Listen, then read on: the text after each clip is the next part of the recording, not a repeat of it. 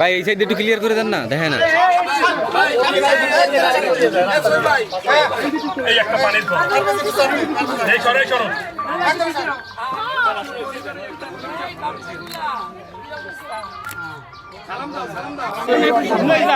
আপনার কাছ থেকে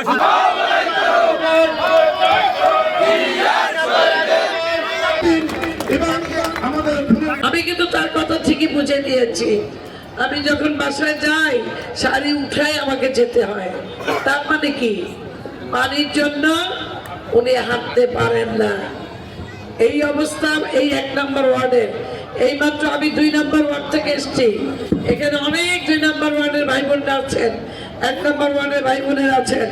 জানি কিশোর রোডের ভিতর থেকে আমি একটা রাস্তা থেকে এসেছি, 1 নম্বরের জানা 2 নম্বর, ওর ভিতরে কোনো মানুষ বসবাস করতে পারে না, এত খারাপ অবস্থা। আর কি দূর দিয়ে তাকায় দেখলেই মনে হলো যেখানে আমরা হাঁটি বা হেঁটে যাই, অথচ আমাদের ছোট ছোট বাচ্চারা, আমাদের মা বোনেরা, আমাদের বয়স্ক মানুষ, তারা ওই পানির ভিতরে হেঁটে তাদের বাড়ি যেতে হয়। কোনো বিকল্প রাস্তা নাই। মাদকের বিরুদ্ধে আমাদের সবাইকে এক থাকতে হবে, আমাদের সচেতন থাকতে হবে। এটাই আপনাদের কাছে আহ্বান থাকলো।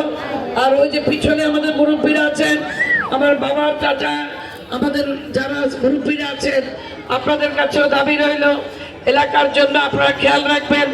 আপনাদের এলাকার সমস্যা সিটি কর্পোরেশন আপনাদের পাশে থাকবে ইনশাল্লাহ। আপনাদের যে রাস্তার কথা বলা হয়েছে, আপনাদের যে সমস্যাগুলোর কথা বলা হয়েছে, আমি ব্যক্তিগতভাবে আমি সিটি কর্পোরেশন থেকে সর্বোচ্চ সহযোগিতা নিয়ে আপনাদের পাশে থাকবো ইনশাল্লাহ।